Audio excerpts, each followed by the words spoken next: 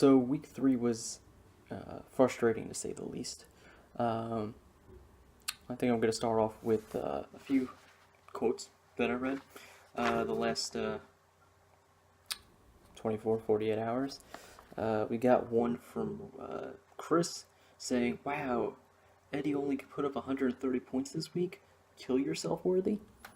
I got Brian, who won, which, congrats. "Oh my god, wow, I'm speechless, Eddie. I thought you had this." I thought so too. Clearly I was wrong. Enjoy your win. I got Ray. "Eddie is nowhere to be found since the stunning loss, or stunning defeat." I'm right here. I'm sorry. I have other things, but I'm here now. Then I got this whole monologue in the rundown. Thank you for considering myself worthy or important enough to take such a large amount of space. I could talk about everything, honestly. But let's not make this a 10-minute video. So I'm gonna just point out a few little things. Let's see. There was something about this happened last year. A couple injuries against opponents early. Instead of buckling down and doing whatever it takes, I just packed my bags and went home. Not how I recall last season going for me. If I recall, Le'Veon Bell was out early. I game planned around that. Hoped that if I could break 500 before he returns, that I could then take a step forward. Didn't quite work out that way. Missed the playoffs, not by record, by not scoring enough points. Oh well, got me Corey Davis. We'll see how that one turns out. I also got you've been stupid for 5 years. Stop being stupid. Wow, just tell me how you feel. Don't obviously fully agree with Ray's assessment on effort. I think we have a disagreement on ideology and how to do things, and obviously he feels that my acquisition of talent and long-term planning may sometimes get in the way of short-term success. Not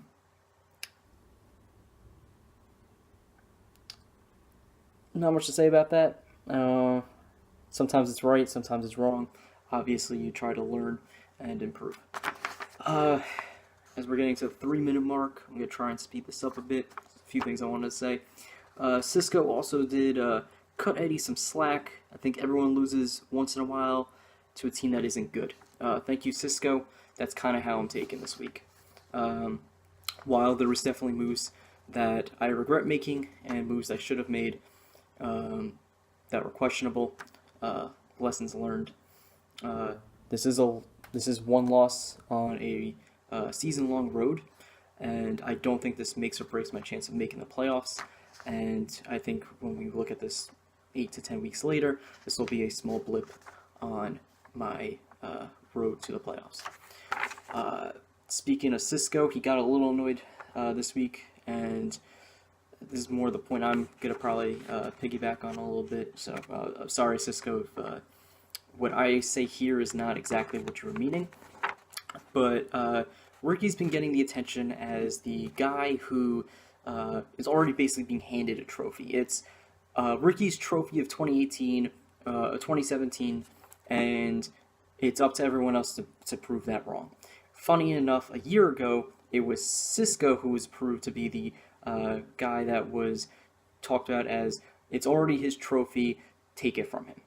And Cisco's, I think, point was basically that a year later, it's the same narrative, but different name. And it's unfair to Cisco because his team hasn't changed. It's the same group of players, they're healthy. Realistically, it should be Ricky with Cisco right behind him, then a gap. Where me and Cisco may debate us on where that gap is, how big it is.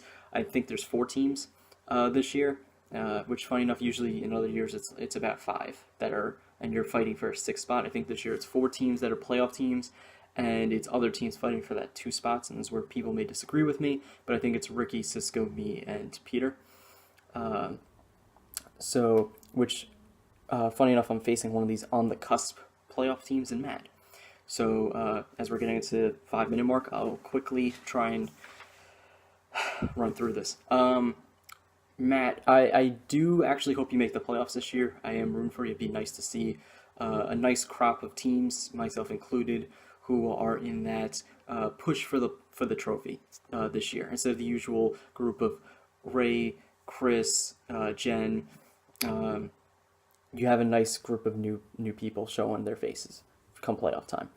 That being said, you are going to lose this week.